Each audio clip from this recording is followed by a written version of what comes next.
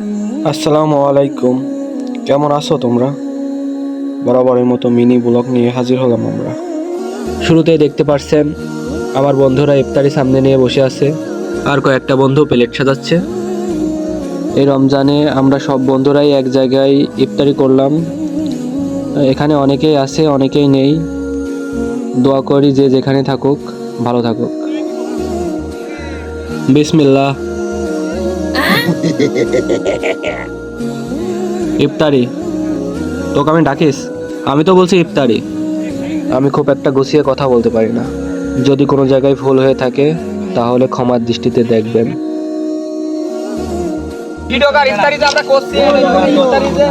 তুই রোজা রইস?